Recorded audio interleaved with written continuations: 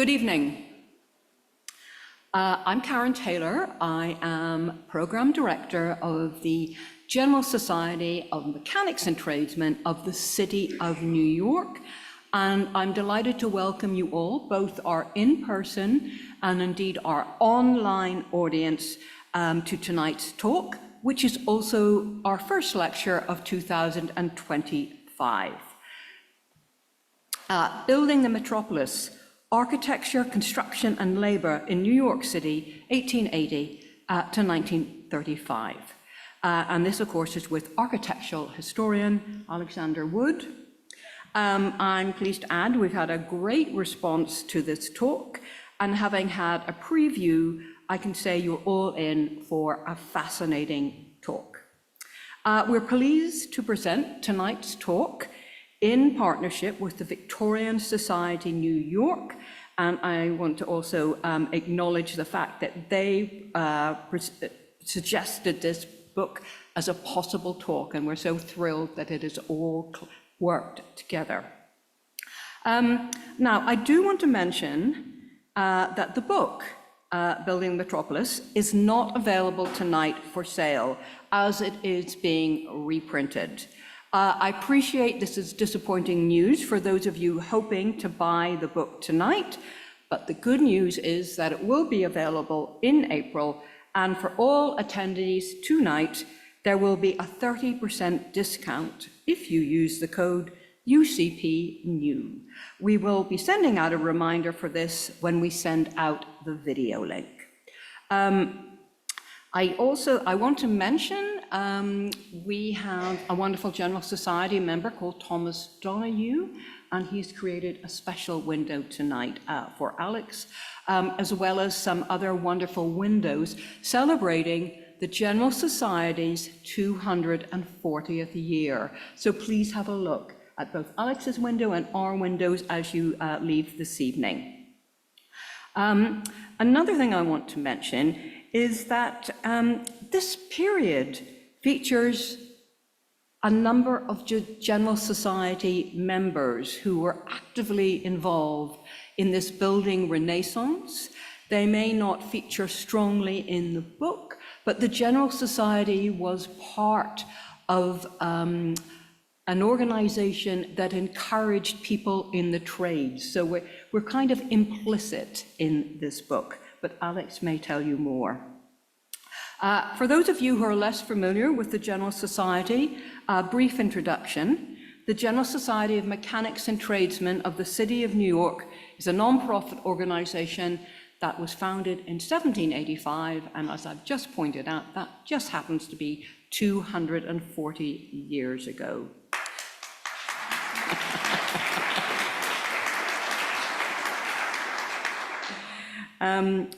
Today, our 240-year-old organization continues to serve and improve the quality of life for the people of the City of New York through our educational and cultural programs. These include our tuition-free Mechanics Institute, and that, of course, was again instrumental in encouraging knowledge and skills in the building trades. And it was, I believe, maybe Victoria can help me out, but I think it was in 1840, I beg your pardon, 1858 it was founded. Our other programs include the General Society Library, of course, which are in this evening, and it also celebrated 200 years in the not too distant past. The John M. Mossman Lock Museum, which for those of us here in person, you can see just up here, and you're welcome to visit the Lock Museum after the talk tonight. And finally, our nearly 200-year-old lecture series, of which, of course, tonight is part of. Just out of curiosity, how many here is this your first visit to the General Society? Oh, well, that's great. Well, welcome. But of course, another warm welcome to our returning visitors. So thank you. And it's really delightful after our break to see you all again. To introduce our speaker of this evening, I'm very pleased to introduce Eve Can, Vice President of the Victorian Society New York, as I mentioned, our partner on this talk, who will say a few words about the Victorian Society and, of course, introduce Alexander Wood to you. Thank you. Eve?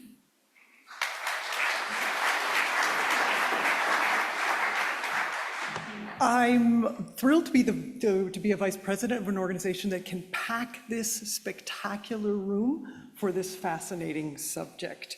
So I'm so grateful to the whole General Society team for making this event happen in this amazing space with this great technology, gorgeous, and to have given us a preview glimpse of the Locke Museum, which everyone needs to come back and see. So a little bit of background on the Victorian Society. So the New York chapter was germinated in 1966 by some of New York's most vocal and resourceful preservationists. We host frequent lectures on every imaginable aspect of the long 19th century: fashion, food, art, architecture, literature, and we've had talks on topics as niche as the history of the escalator, because it was originally called the escalator. And I have a major scholar who can back me up on that. We testify at every Landmarks Commission hearing about the threats and blessings that are coming to the significant 19th century streetscapes of New York. We give grants for related exhibitions, books, films, podcasts, all manner of efforts to research and restore the legacy of the 19th century. And we're always open to new ideas. And we have our upcoming events include March 19th at West Park Church, that gorgeous Romanesque building at 86th and Amsterdam. There'll be a talk on Amelia Bloomer, the 19th century activist who wanted to be known for anything but having invented that piece of clothing that's known as the bloomer. Let's see. May 13th is our Emerging Scholars events. That's for current and recent university grads studying some aspect of the 19th century. June 7th at the New York Academy of Art, we have a talk on Evelyn Beatrice Longman, who was a great underappreciated sculptor, who was a protege of Daniel Chester French. And let's see, March 14th is the deadline for our Margot Gale grants. We give micro grants for all kinds of restoration work, whether it's a tablecloth, a facade, or an archival finding aid. So please consider joining us, vicsocny.org, and sign up for our Eventbrite, the announcements of our upcoming events and opportunities. So the ideas for our events sometimes come simply because the Journal of the Society of Architectural Historians hits my desk and I leaf through it for perhaps a lecture idea. And oh my God, there's a fascinating piece about the history of New York City construction workers, and I reach out to the author, and it turns out his book on this subject is coming out soon. So that's the kind of wonderful synergies that happen in the realm of the Victorian Society. So I'm going to introduce Dr. Alexander Wood officially now. He's a historian of American architecture and urbanism. In 2021-2022, he was the Helen and Robert Apple Fellow in History and Technology at what is now known as the New York Historical, formerly the New York Historical Society. He holds degrees from Columbia, MIT, and the Cooper Union, and his new book that we are celebrating tonight is going to be fascinating, and I can't wait to hear about all his discoveries. As I was walking over here, I noticed that there's a huge sign at the construction site at 43rd and 5th. And it says the most important thing you can do here today is to go home to your loved ones at the end of the day. And I'd be fascinated to hear Alex's thoughts on whether safety actually mattered circa 1900 on the construction sites of New York as a magical skyline went up with help from the graduates of the General Society. So thank you all for coming. And Alex, thank you for gracing us with your presence.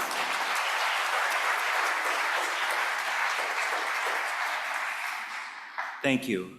Before I begin, I'd like to thank the General Society and the Victorian Society in New York for the invitation to give this talk. And I'd also like to thank all of you for being here this evening.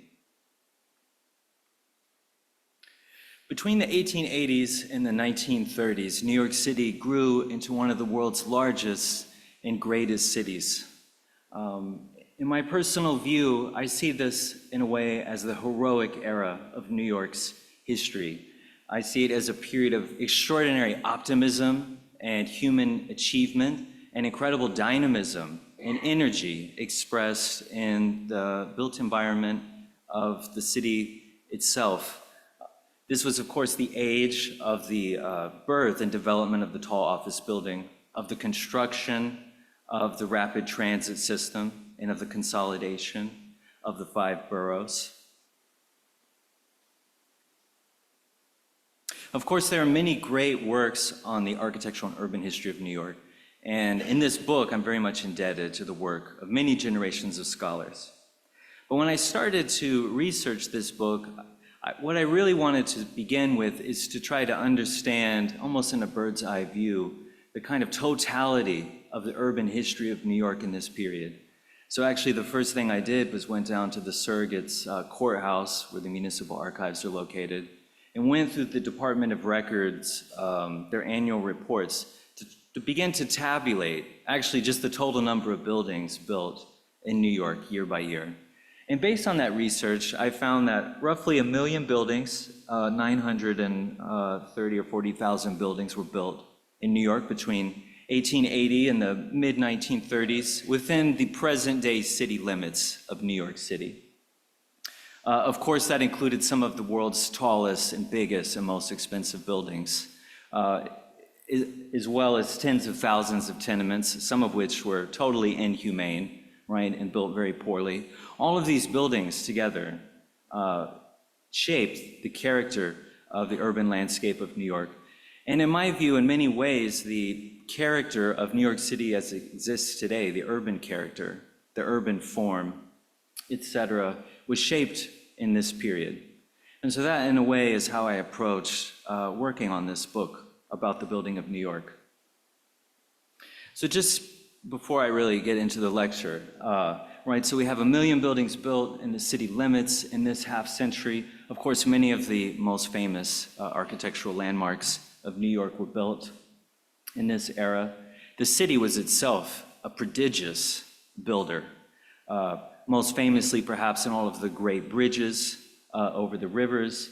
Of course, the Brooklyn Bridge was finished in 1883, and that was followed by almost half a dozen of somewhat even more spectacular bridges. The city, of course, was not just growing vertically and growing sort of horizontally into the outer boroughs. Also, a sort of second underground city was being built through the construction of the rapid transit system and the construction of the first successfully built, I would say, subaqueous tunnels connected to the passenger railroad lines, of course, the subway, also gas utility lines under the rivers. And to get back to the issue of the city as a builder, thousands of miles of streets were built in this era. Basically, all of Manhattan was repaved, some of it repaved several times, like Fifth Avenue, for example, and thousands of miles of streets also in the outer boroughs. So that brings me to the subject of tonight's talk, and really the subject of my book. We have all of this incredible building activity in this era, which produces the character of this modern New York landscape. But all this construction activity also turned building, the business of construction, into one of New York's largest industries. Not just its largest, but one of its most economically important industries, one of its most politically important industries. Also one of its most volatile industries, I would say. And that's really the focus of my book, the growth and development of the New York building industry in this era. So I'll go through what I think I wanted to do tonight is to discuss a few key themes of the book, but also I would say key themes about the history of the building industry in this period. I'd like to begin with the politics of city building in New York City. I don't think that you can underestimate, or let's say overemphasize, the importance of the New York political system in the city building process in this period. Broadly speaking, the New York political system, by which I mean not just the political machines, the city councilors, but also the state representatives in Albany, were fully behind the growth of New York City, right? At almost every level of government. Of course, it was a very significant, I would say one of the most important moments in the history of New York, and its entire history was the creation of Greater New York, the consolidation of the 5 boroughs in 1898, of course, which at one stroke massively enlarged the physical territory of the city. To mention this once again, the city was itself a prodigious city builder. They were known as public improvements in this era. Public improvements meant new bridges, right? New parks. I would say that the vast majority of the city budget in the Public Works Department or in the Board of Public Works Commissioners was spent on building new roads or buying up land to widen roads. And actually at regular intervals, particularly Tammany administrations, I would say, published these wonderful pamphlets and books documenting, as you see here, 7 years of progress, right? Boasting confidently about all of the construction activity that the city's undertaking. It was also at this time that what I would describe as the beginning of the modern planning system of New York was first devised. By that I mean the first zoning law. Now, when the first zoning law was passed in 1916, it was very much viewed as a new sort of tool or political instrument to boost city development. Yes, to create new rules of real estate to sort of stabilize the real estate market of New York. But all of these big real estate developers and builders in Lower Manhattan, or big property owners, of course, on Fifth Avenue and in Midtown, and all of these big real estate developers that had bought land in the outer boroughs, they all saw the zoning law as a way to stimulate urban development on a more regulated lines, we might say. And then a topic that's of special interest to me, actually, the New York Department of Buildings. In this period, working with legislators in Albany, but often directed by city officials that worked for the Department of Buildings and in City Hall, the building code grew from basically a document that was about 15 pages long into the enormous sort of building code that we would recognize today, in an effort to continually sort of modernize the building law, to keep track of the latest architectural developments, the latest sort of innovations in the building trades and in the world of building technology. So the city, through the Department of Buildings, the specialized independent executive agency that just focused on construction, also played an important role, I would say, in the city building process.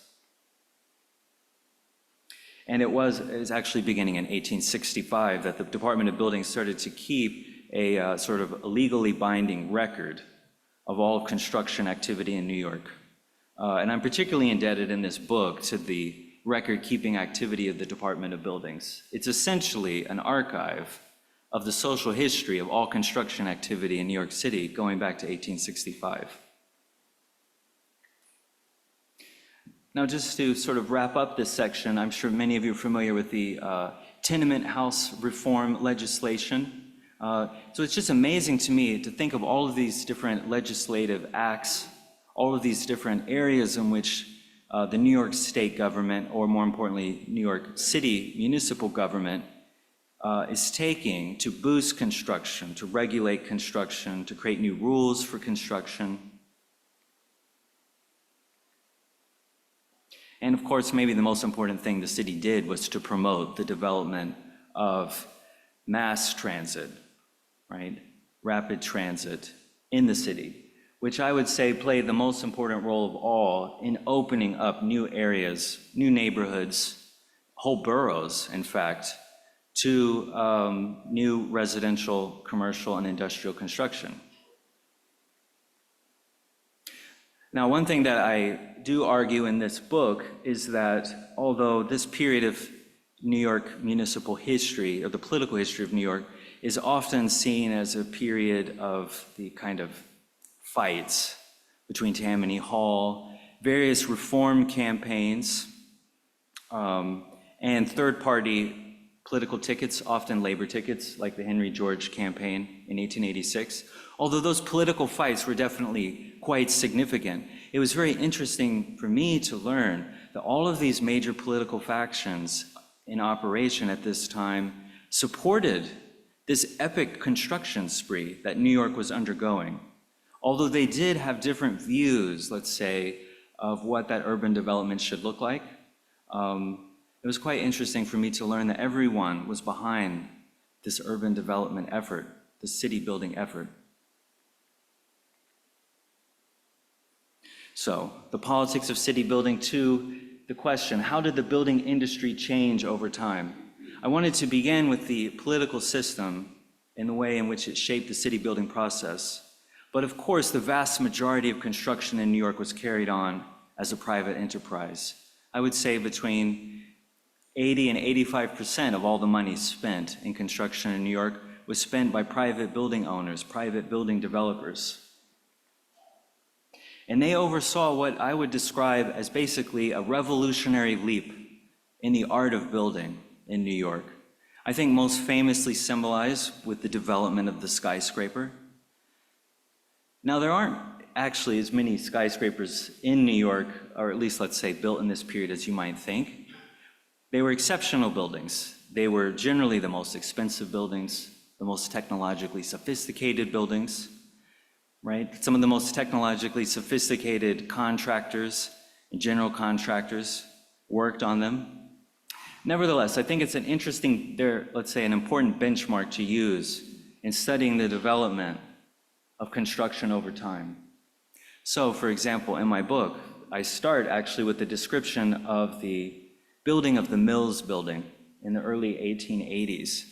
The Mills Building was not the first skyscraper in New York, but it was really the first skyscraper that demonstrated the, let's say, the income-producing potential of the tall office building, because they were able to build this building within the span of a single building season, whereas a lot of these sort of early skyscrapers in the early 1870s, like the Western Union building, took almost 3 years to build. So by building this building in a single building season, basically the whole real estate market of New York said, like, this building is going to be the future of our city, right? Because they can be built on sort of a rational economic time frame that we all understand. Well, about 50 years later, the Empire State Building was built in 16 months, not 12 months. So not exactly within the span of a single building season. But the Empire State Building is 10 times taller and 10 times larger than the Mills Building. So it's not just that the physical form of buildings changed because new materials were used, like structural steel, although that's true, or the incandescent lighting was developed and commercialized, although that is true. But we can actually see a kind of revolution in the organization of how the business of construction was managed to produce this incredible leap in productivity, at least in the world of tall building design. But in my book, I try to show that this sort of revolutionary development in the art of building actually did filter down through these different markets of the building industry, all the way down into the world of tenement building, right? I love these two photos. This picture from the left is actually from 1865, so from a period before the one discussed in my book. But this picture on the left shows a sort of traditional world of let's say, sort of artisan system, as Sean Wylens would call it, right? Where there's a sort of artisan system of the master, the journeyman, the apprentices, working in this sort of very traditional world of building in the trades, in which there's very little modern machinery, only classical machinery, horsepower, etc. About 75 years later, the whole culture and ethos of the construction sector had changed, right? One thing I tried to track in my book is the development of a whole host of new construction equipment and tools and machinery. So not just the steel frame skeleton, but like all of the new derricks, all of the new power tools. So in some ways, people at the time described this as the mechanization of construction, not the complete mechanization of the industry, but the beginning of what they described as this sort of widespread use of machinery in the trades. And in fact, the mass adoption of the modern truck, diesel-powered truck, had a huge effect on the economics of construction after the First World War. They were first adopted by the big general construction companies, but by the end of the 1920s, even the smallest tradesman in Brooklyn or the Bronx, maybe who only had 1 or 2 employees, would have a small light frame truck. So in a sense, it brought an end to this very ancient, this 1,000-year-old tradition of using, many thousands of years old, tradition of using animal horsepower in construction. So there are a few other sort of big changes that I want to go over here. One is the rise of, for example, these big prestigious architecture firms like McKim, Mead & White. In a way, historians tend to oppose technological change, business innovation with maybe artistic development, or if they don't oppose them, they view them as sort of separate sort of paths of the development. It was very interesting for me to see McKim, Mead & White, which is a firm that I came to know very well in my research at the New York Historical Society, made full and excellent use of all of this new productive capacity that was being created in the building industry, right? Creating really some of the finest and greatest buildings that New York City still has today. In the actual world of construction and the trades, another, I would say, important development was the rise of the general contracting firm, right? For example, Thomson Sterrett Company. This is a photograph of the president, Louis J. Horowitz. The general contracting firm, once they sort of appeared on the scene in the early 20th century, they dominated the market in building steel-framed skyscrapers, but actually all steel-framed buildings. Their claim to fame at this period was that they were experts in building steel-framed structures. They had all kinds of unique business relationships with the big steel mills in Pennsylvania, for example. And of course, they tried to integrate as many trades as possible within a single firm, which enabled, for example, the Thomson Sterrett Company to be building all of these buildings marked in this picture around the First World War at the same time, which is totally extraordinary. The Woolworth Building, the Manhattan Municipal Building, what's another one here? The Atlantic Trust Building, and of course the Equitable Building, the infamous Equitable Building, all at the same time.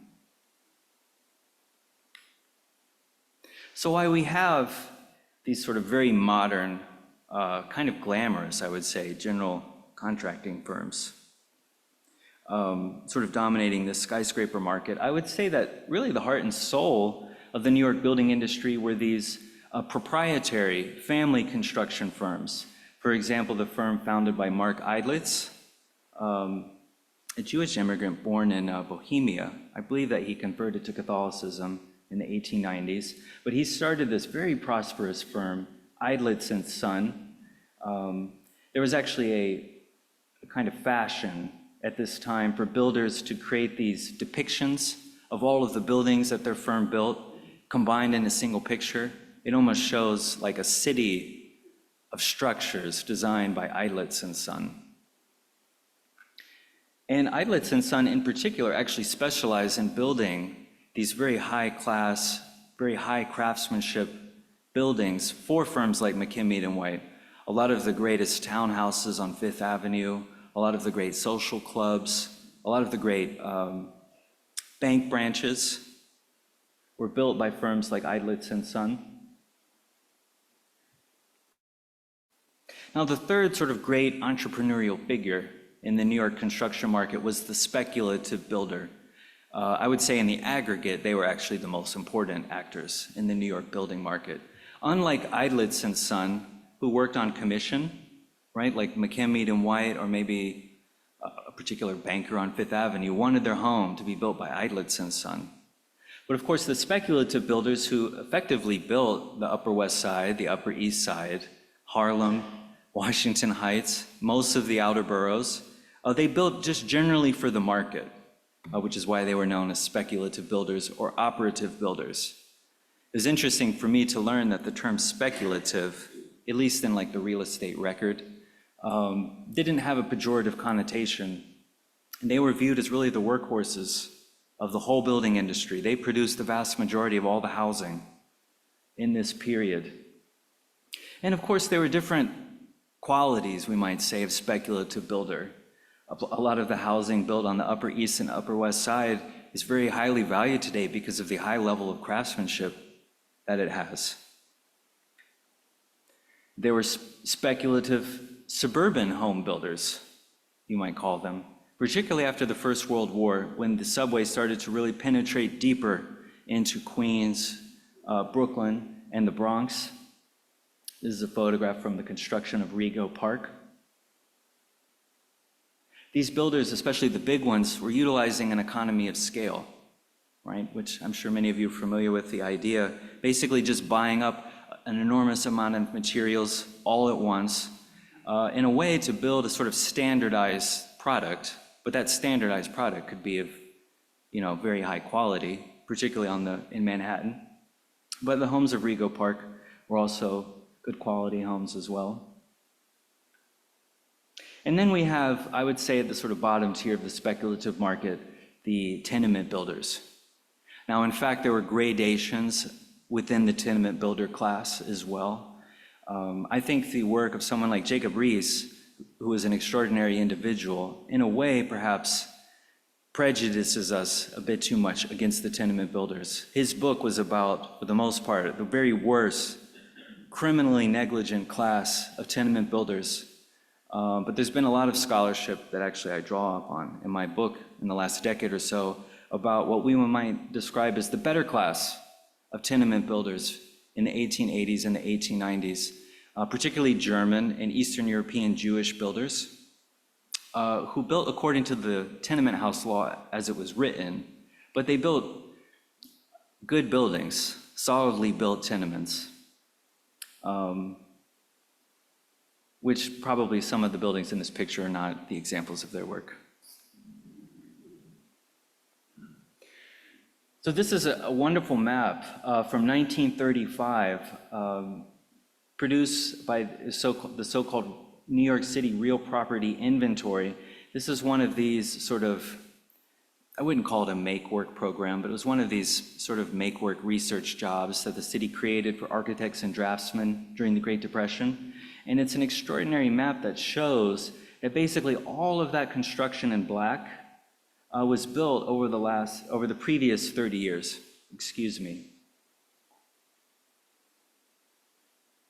And this was really the area where the post-First World War speculative builder, it's where they made their fortunes, in the outer boroughs. Now, the last thing I want to mention here in discussing changes in the building industry is the importance of immigration in changing the culture and the economics of construction in New York.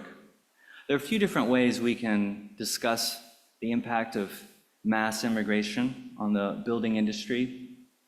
I would start by explaining that many immigrants, especially the immigrant entrepreneurs, brought specific crafts and trade skills and knowledge to New York that enriched the building industry that did not exist before and that would not have existed. Two well-known examples that some of you would be familiar with are the work of Rafael Guastavino's tile company. Of course, you can see their work in the City Hall subway station, but also in a lot of the work of McKim, Mead and White.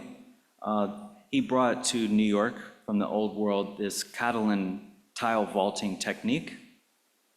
And also, for example, on the right, Italian Venetian mosaic workers basically imported to New York the art of marble mosaic tile laying. And then they also became the first the main workforce in the terrazzo industry.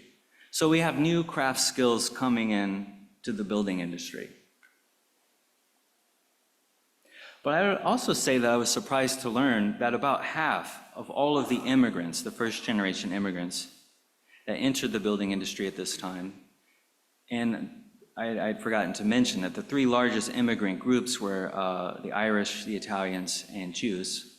Although, of course, there were large numbers of Germans and Scandinavians in the building industry, also English and Scottish workers. But those are the three main immigrant groups in the trades. That about half of these first-generation immigrants had backgrounds in construction, right? So they had been trained in some trade, usually in one of the more traditional trades, like carpentry, or painting, or bricklaying. And so they entered the New York market with skills. The New York building industry learned about this because in the 1920s, when the American government imposed the first very strict immigration controls on European immigration, basically the employers in the building trade unions realized that they had to come up with very quickly, like a large apprenticeship program, because essentially they had been relying upon immigrants, or at least half of them, coming with skills, right? So maybe they needed to be trained up to work in New York, but they didn't have to be taught carpentry.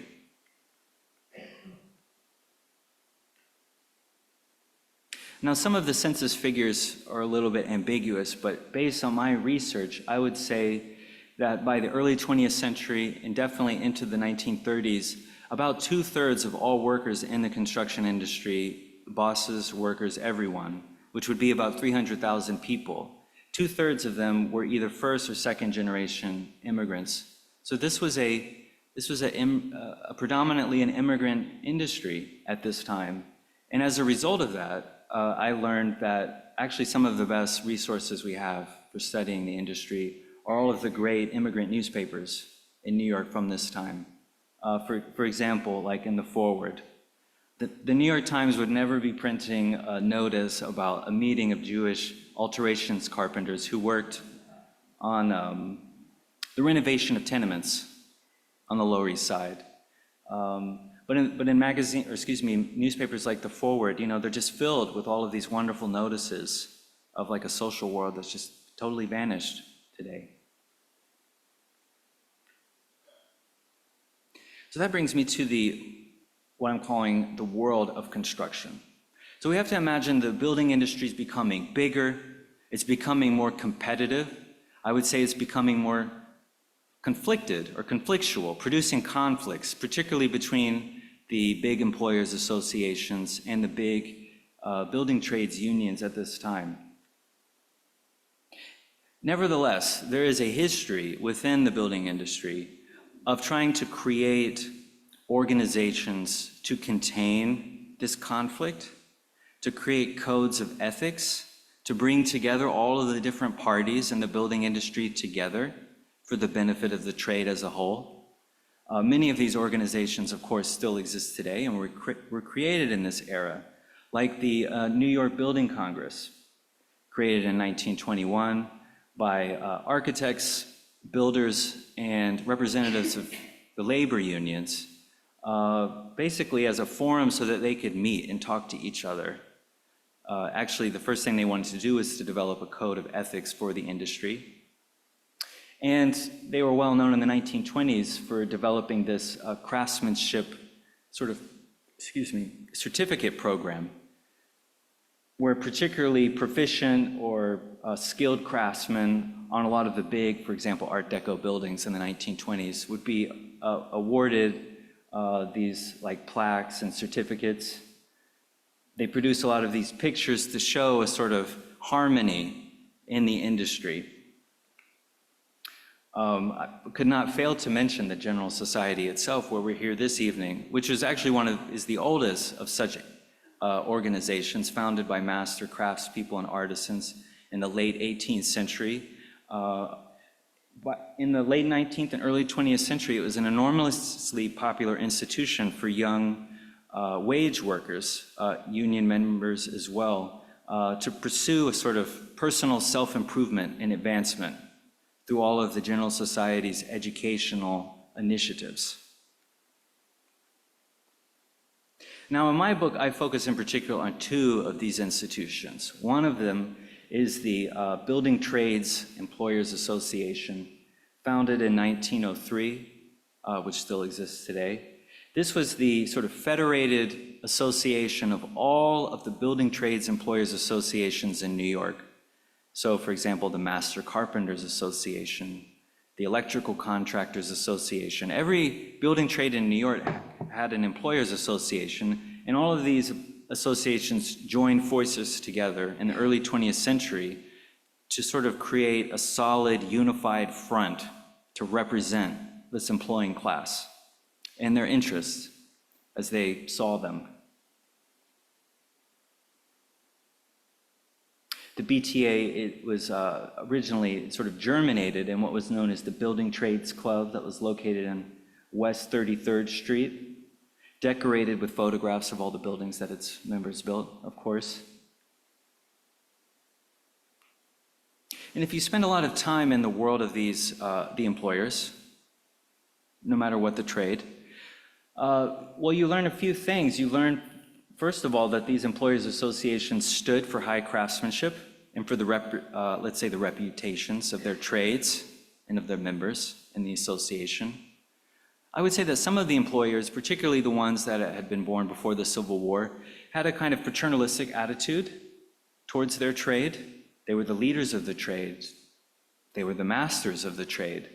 Most of them sponsored not just an annual outing to Long Island, but like regular outings with all of their employees. Even though the sort of old artisan system, I would say, was kind of disintegrating in this period, they upheld a lot of the traditions of that system to promote, I would say, a harmonious relationship with their workers. The other main organization that this book looks at is the Building Trades Council, which also still exists today, the Building Trades Council of New York and vicinity. This was the federation of all of the local trades unions or labor organizations in New York. It was actually founded first in the early 1880s, in 1884.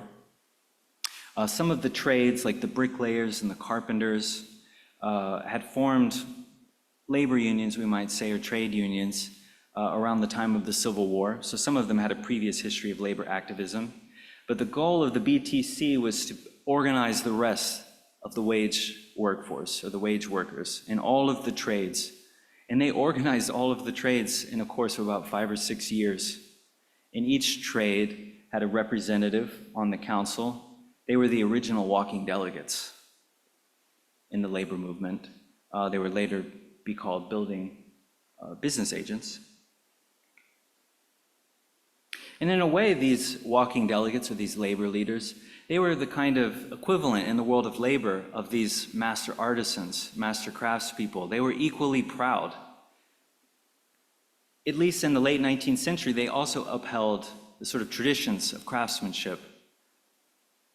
Right? One of the greatest offenses, according to these labor unions at this time, actually in later times as well, were builders that were undermining the status of the trades, right?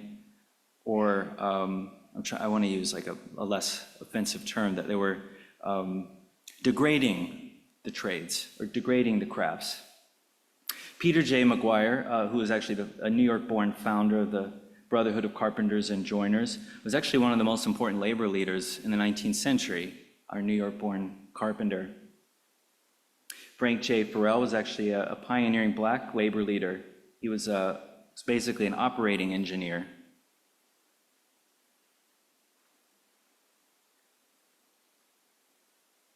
And in many ways, in this period, I would say that the building trades unions, they were in the sort of heart and soul of the New York labor movement itself, along, let's say, with the garment workers, for example.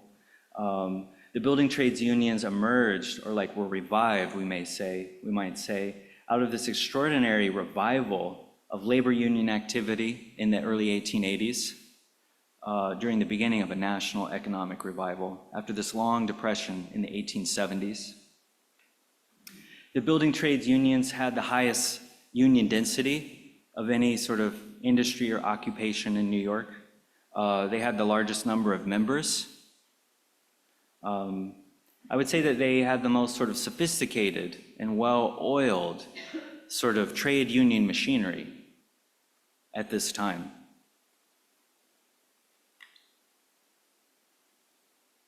Now, of course, the sort of bedrock of this trade union movement was not necessarily the BTC, which was kind of a governing body, almost like a political body, like a legislative body for the trades, just as the BTA was a kind of legislative body for the builders and employers.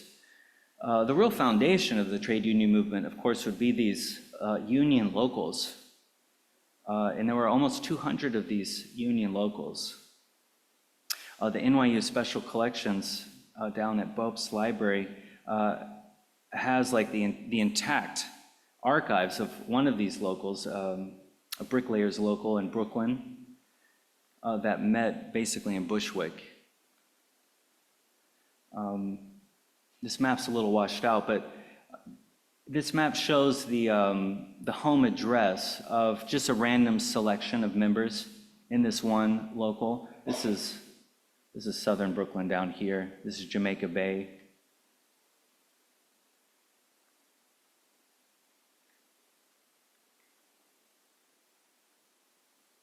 And there's a kind of there's a social history of labor unionism in the trades that you can start to glimpse if you study these particular locals, especially what were known as the ethnic locals, basically the new immigrant locals, like this Italian local of bricklayers who in 1890 had this monster festival, basically like a concert and huge dinner buffet at Brommer's Park. Actually, the Prime Minister of Italy attended this festival. I think in the 19th century, more people played instruments because you also learn in reading the minutes of the labor union meetings.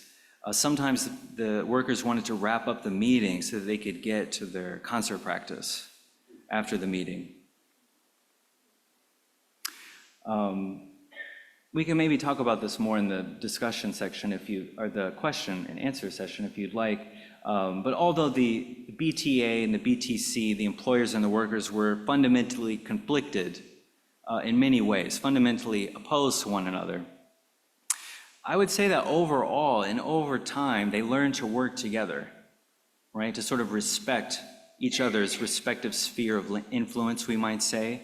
And I would say that they also worked together to kind of go to war against the criminally negligent contractors, of which there were thousands in New York at this time, especially if we remember that both employers and the trade unions upheld the idea of craftsmanship.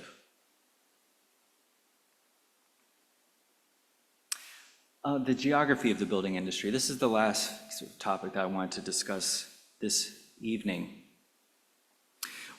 I would say that most of my research effort in writing this book went into trying to map what I'm calling here the geography of the building industry, like the limits of the building industry. What do we include in this industry? How do we write a sort of history of the industry that includes the architects, the workers, but also the vast number of material industries, the building material industries that sustained the building of New York? Well, according to the BTA and the BTC, every firm or individual within a 50-mile radius of City Hall that was engaged in the construction, alteration, decoration of buildings, or the creation of any materials that went into those activities was a part of the building industry. So the BTEA said that any employer in this 50-mile radius engaged in those things, that you can be a member of the BTEA. And the BTC, in a similar way, said that all wage workers employed by such people should be organized in one of these trade unions in the BTC. So what kind of firms do we include in this 50-mile radius? Of course, it's all of the firms located in the 5 boroughs themselves, engaged in the construction or the demolition of buildings. In fact, 10% of all money spent on new construction in New York went into the alteration of buildings, there were many hundreds of firms that only did alterations in New York. Again, this includes all of the heavy infrastructure contractors that built, for example, the subways. But it also includes, for example, the architectural ironwork shops like JB and WW Cornell, who were really the biggest players in the development of cast iron and wrought iron construction before the development of structural steel. They had shops on the west side in Midtown. Of course, the Edison Machine Works, where the first commercially produced electric dynamos were built on the Lower East Side. They were viewed as a part of this industry. But here are the real building material industries of the New York region. For example, all of the great brick plants around Haverstraw Bay, about 40 miles upstream on the Hudson River. This was really the great brick-making center of the world between 1890 and 1930. There were many dozens of these gigantic brick plants, and almost all of the brick used in New York, especially the common brick, not necessarily the face brick, but the common brick, like the bones of the building, were produced in Haverstraw Bay. Almost all of the terracotta used in the New York market was produced in New Jersey, in the Perth Amboy clay district, beginning with the Alfred Hall Terracotta Company. This was the first of many companies that were established across the New York harbor. And almost all of that terracotta went into the building of New York. I was interested to learn that an incredible amount of sand was used in construction in this period, almost all of which was mined on the north shore of Long Island. Right? And all of these materials, there are many other industries that we could mention. For example, the marble quarries in Westchester. An incredible amount of materials that went into the building of New York were produced within this kind of 50 to, I would say, about 70-mile radius from New York City. There's an economic reason, right? Building materials are generally bulky and they're heavy. If they can be produced close to where they're used, you can basically save an enormous amount of money on transportation costs. So all of this is coming to hit the docks in Manhattan, or it's being funneled through Newtown Creek or the Gowanus Canal or the Harlem River. All kinds of huge lumber yards and building material yards were built on all of the sort of shoreline of New York City.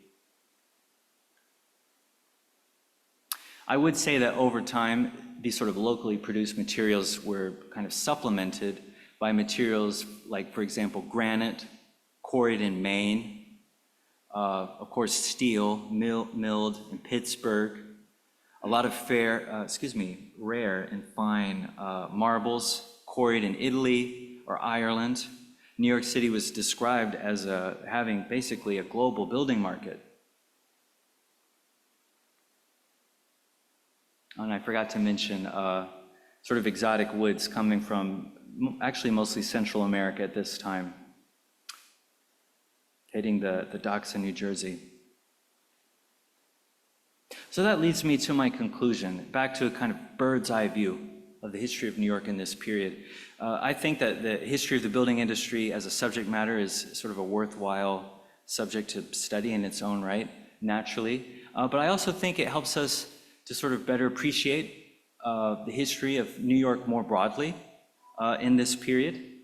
Of course, this is the industry that was primarily, exclusively, I would say, responsible for the construction of the built environment of New York. I'm sure that many of you in the audience tonight appreciate that and profoundly understand that. But I wonder if maybe a larger public does not appreciate that there is actually a specific sector in industry, a set of crafts and trades and entrepreneurial activities that builds the built environment, that has a history of its own, we might say. And not only was the building industry of New York enormously important in the sort of economic value of what it built, but it provided linkages, deep linkages, into this extraordinary sort of industrial manufacturing base of New York City, right? So we can include as a part of the industry some of these building material firms, but all those building material firms in turn relied upon lots of other basic industrial firms to fulfill orders, right, so that they could make all of the piping, et cetera, the ironwork. So it was a core part of the New York industrial base. Another thing I would say about the sort of impact of this industry on the city can be visualized in this map. This map is basically showing us visualized data from the 1910 census of where construction workers lived in the 5 boroughs.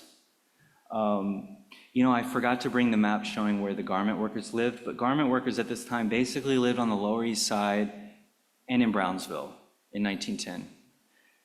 And the garment industry actually employed more people than the construction industry, which is hard to believe, but it did. And they only lived really in 2 areas of the city at this time. And you can see in this map that construction workers lived everywhere, right? Because there was construction everywhere, first of all, but all of these building firms existed everywhere. Sometimes very small family construction outfits. Maybe they didn't even leave much of a historical record. Maybe they only built 10 buildings in southern Brooklyn, right? But I think this is an incredible map showing the sort of penetration of this industry throughout every borough. Finally, just to conclude, I think in chronicling the building of New York, I have some, in the back of the book, a few appendices with building statistics. We can sort of chronicle the rise and fall of these building booms over the course of this period. Now, this graph here shows the total expenditure in construction. It's actually unadjusted for inflation in this particular slide. I just wanted to show you a slide to indicate the just feverish outpouring of construction after the First World War. And also, I would say, as I chronicle at the very end of the book, the catastrophic collapse of the New York building industry in the 1930s, right? I would say that the impact of the Great Depression was absolutely devastating on the building industry. Unemployment reached 90% by 1933, 1934. This whole industry had been built up basically relying upon private speculative real estate development and city spending, and both of those taps were just completely turned off for about 5 or 6 years.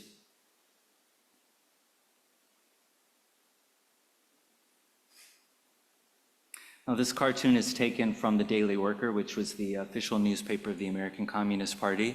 I would say that not very many organized construction workers were necessarily communists, but I think this image actually perfectly captures the mood, especially of wage workers, in the early 1930s. And so I'll just end for you in the lecture this evening with this image, saying that the book in a way is not just a prequel, but in some sense a prequel to perhaps what's a better known story or era of city building in New York. Actually, in researching and writing this book, I learned to have a greater appreciation of why the city, and some of the city officials that we know very well, undertook the actions that they did in the 1930s, not just to give the city public infrastructure that it needed, new parks, et cetera, but to put this massive industry back to work. Thank you.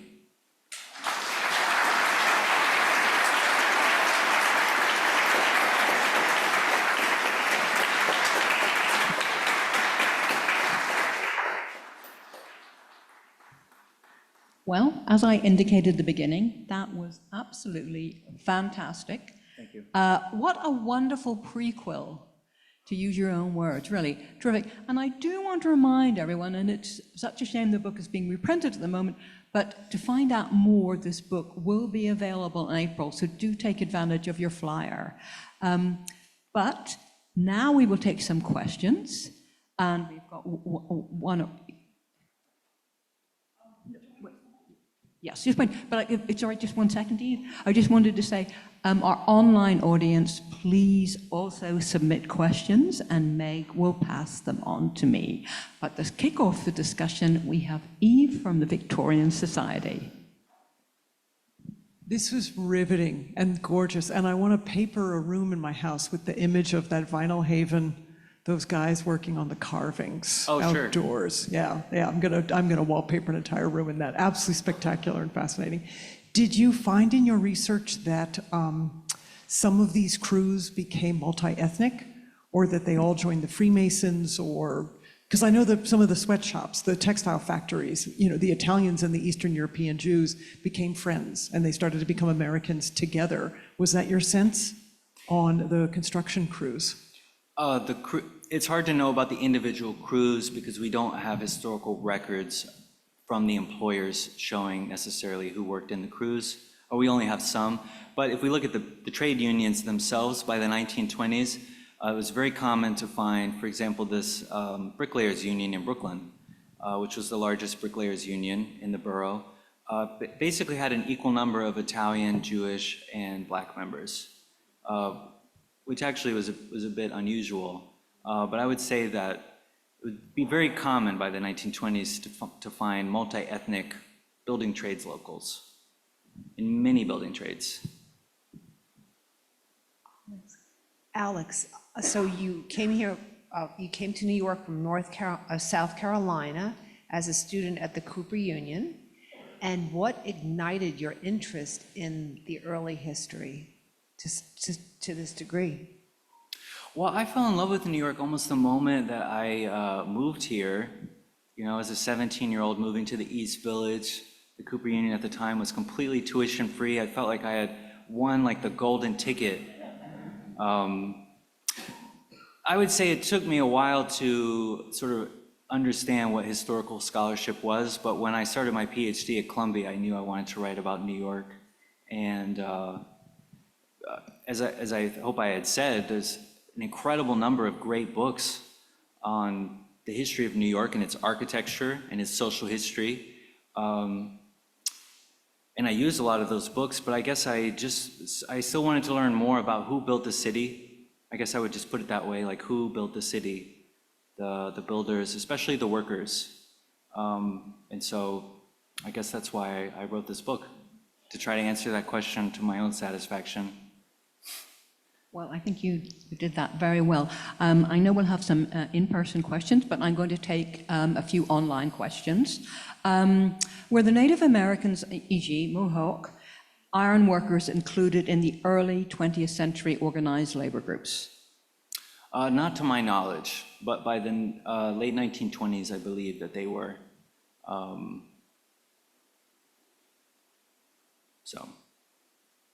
What was the attraction of the island of Manhattan to these builders? This is from Pamela.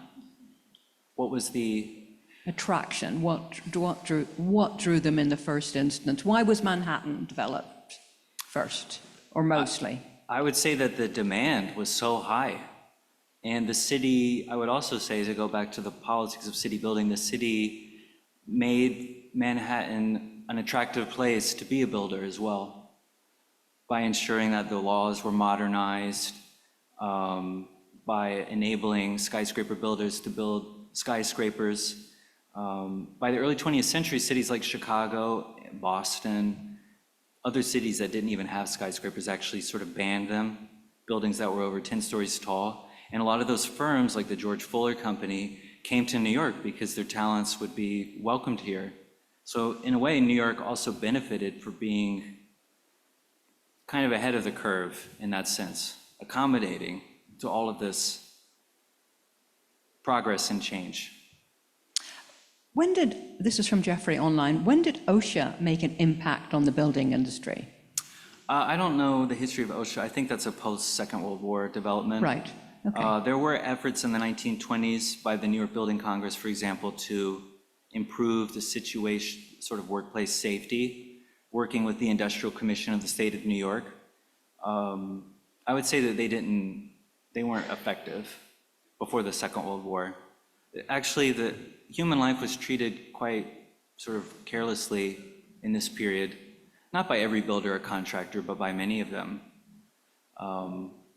So the issue was raised for the first time, but I wouldn't say that they really did anything about it at this time. Right, I want to take some in questions.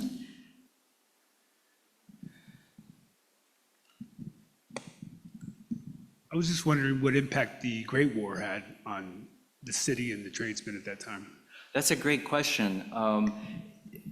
Building construction declined precipitously in 1915, 1916, and 1917. There was incredible inflation in the price of basic construction materials. A lot of workers, especially laborers, went into work in defense industries.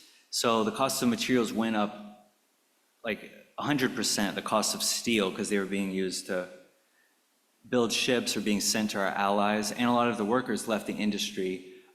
So building almost went down to not zero, but it declined like catastrophically for a few years.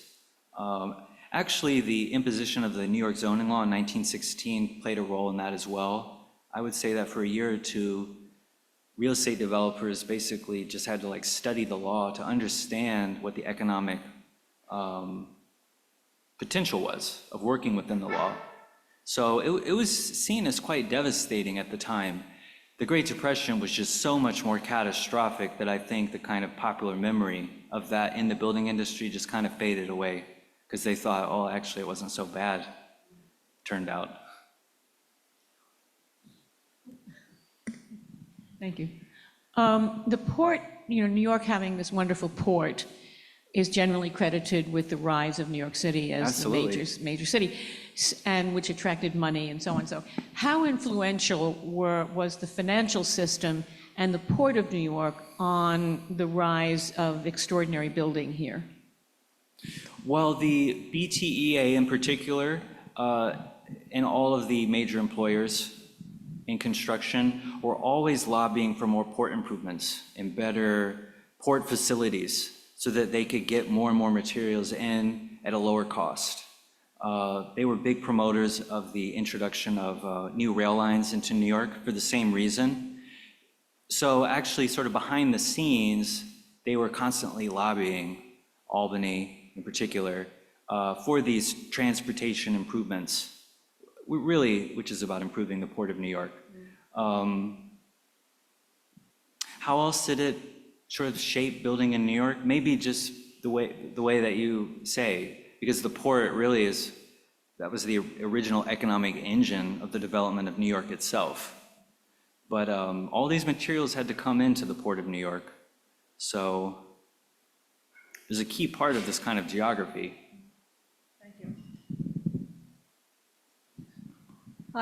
Firstly, I'm just curious where that mill building was, but my other question is, there was a picture of tenements collapsing Yes. at 62nd and 11th Avenue. Do you know the story behind that? Yes, there's an infamous builder named Charles Budensick.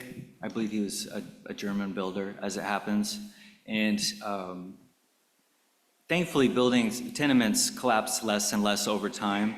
But he was a particularly infamous example of one of these criminally negligent contractors who, even though the tenement house law at the time he was building was very minimal, it really asked very little of a builder, he flouted that. I forget what it was exactly, but like the walls of the building were like half as wide as they should have been, and all the buildings, like 6 tenements, collapsed at once. I forgot how many workers died, at least one worker perished, and a bunch of workers were injured. And he became, I don't know, just representative of this whole problem of the negligent builder. And where was that mill building? The Mills building was on Broad Street in Exchange Place, across from the New York Stock Exchange. It was torn down in the mid-1920s. I have a number of online questions, but I do want to make sure the in-person audience, particularly from another part of the room. So I will take a few more questions, and then maybe I'll very quickly ask some of the online questions, if you don't mind, because maybe we'll finish in about 6 or 7 minutes, if that's okay with you. Okay? Okay, so someone, okay. I'm going to go to the back of the room, if you don't mind, okay?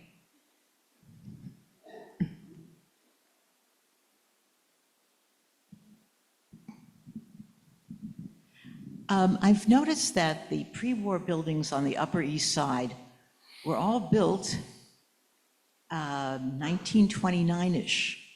And I never could understand that because I thought that was a time of, as you said, decreased building. And could you, am I wrong? In a particular area of the Upper East Side, or just in general? East 90s. Well, I can't speak about a particular block. It could be that a block was finished in the, in 1929, as you say. I mean, the stock market crash was in that fall. So there actually was the sort of final flurry of construction in 1929, 1930, even actually the spring of 1931, as people tried as furiously as they could to finish their buildings. I mean, for builders that had buildings halfway finished when the stock market crashed, that was kind of like a potential disaster because they didn't necessarily have the financing to finish their buildings, but they had to finish their buildings or they would get ruined. So a lot of buildings were built in 1929, and that could be an example of that. I've also noticed sometimes that buildings are misdated, like in public real estate search engines. So I don't know if that could be the case as well. Just sort of building on that prior point, there's a number of building projects that were altered. I think there's a point of inflection in terms of architecture as well as building. I'm thinking of some of the buildings that were just capped off and where they had started with ambitious heights, and then it's very peculiar when you enter them. One is right near Madison Square. Yes. Where I think it was going to rival something approaching the Empire State Building. And you go into these grand elevator banks and they go nowhere. And there's a couple of other buildings like that. And I think that like Rockefeller Center was in the middle of that point of inflection, and you had Art Deco, tremendous ornamentation, then all of that disappears. Are there other buildings like that? Not the talking about the one that's near Madison Park. There are other examples. I wouldn't be able to remember them all off the top of my head. I know there's a church apartment complex that was being designed by, I believe his name is Don Barber on Broadway, I think in Washington Heights. It was supposed to be a combination church and skyscraper. And I think one of them wasn't built. I forget what the tagline was. There was like a mass subscription drive to bring God to Broadway or something. So I think there are examples, although that skyscraper, although I forget the name at the moment, on Madison Square Park is probably the most famous example. Because as you say, it was supposed to be as big as the Empire State Building. And I think now it's like a 30 or 40-story building. Thank you. I'm sorry? The Hearst Building. With regard to the eastern portion of 42nd Street, we have the Chrysler Building, the Daily News Building, the Saucony Building. Do you find any particular reason, or maybe top two reasons, why so much of that type of skyscraper construction took place at the eastern part of 42nd Street? Well, if I recall, with the reconstruction of Grand Central, there was also a huge real estate scheme, is it called Terminal City, to basically replan all those blocks.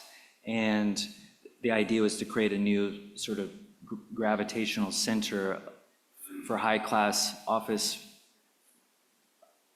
real estate, basically. And I would assume off the top of my head that a lot of those buildings were built at the tail end of that kind of redevelopment, almost sort of urban renewal effort around Grand Central Station after the First World War. Right, I will just take a few online questions, and I do apologize if I didn't get to your in-person question, or indeed your online question, but we just because of the time racing by, sure. I'll just ask for short answers to some of these questions. Did architects have their favorite builders that they used in building, and was there a builder bidding system to compete for projects? Do you know that? Architects had favored builders. They formed long-term relationships, not partnerships, they were informal, but like McKinley and White knew that Idlets and Sons or other contractors would do a good job, and so they went back to them time and again. And builders, they bid on projects. Projects were advertised, like in the real estate record, or advertised sort of privately within the world of construction, like at the offices of the BTEA, like a bid would be posted, and then they would submit bids to compete for the work. Right, on the other side of that, this is, that was from Gary, this is from Anna. How were they able to get a handle on the negligent builders? The what? Sorry, the word, I'm trembling. Thank you, yes. Well, the BTEA and the BTC would collude in sort of holding up strikes to sort of starve these builders of materials. Sometimes they would very aggressively try to just ruin them financially with all kinds of stratagems. But also the city, through all the tenement house laws, the building department, I would say that that did most of the work. Not every administration was equally vigilant, I would say, in attacking sort of dangerous contractors, but some of them were quite aggressive, and the goal was just to drive them out of the marketplace. Right. For your research, this is from Tracy, did you see the origins of organized crime? And if so, how did it first become involved in the trades? Well, maybe you didn't come across that. No, I did, actually. That was, a lot was cut from the book, and that was cut from the book, unfortunately. Oh. I would say in the 1920s, it became a serious problem. Right. I would say that the building trade unions had kind of some of the corrupt leaders of the locals, not necessarily, the trade union movement itself was not corrupt, but some local leaders of union locals flirted with basically organized crime. And once they sort of let them in the door, it was very easy, especially in Brooklyn, the Bronx, and Queens, for certain trade union locals to be, I don't know, you'd say, like captured. And by the late 1920s, it became a problem. Like the Attorney General started to investigate it. But I would say that became more of an issue in the 40s and 50s. Right. But you can kind of see it in the early 20th century, yes. Okay. I'm going to fuse the last two questions I'm going to ask. Was Roebling steel from Trenton, New Jersey, a major source for steel in the city besides Brooklyn Bridge? And that was from Kevin. And from Carlo, please discuss the introduction of structural steel to facilitate high-rise buildings as a departure of masonry-bearing walls. Well, I couldn't cover that. That's just like that's a key historical fact. Right. But that's an important fact to Right. know. There were a lot of steel mills in the New York area. I would say that they were quite small, very small compared to the big mills in Pennsylvania. But there were steel mills in New Jersey, yes, also in Staten Island, actually. Okay. Well, I'm going to take this opportunity to express our huge appreciation to you, Alex, and to the Victorian Society for their help in promoting this lecture. But I want to, it was quite clear tonight you were absolutely extensive research and the marvelous images that you found that just sort of like, your own eloquent words already had lit up the lecture, but aided by those wonderful images. So it really was terrific. And Alex, I can see you're going to go far in your career. Absolutely. So thank you, thank you so much for speaking here tonight.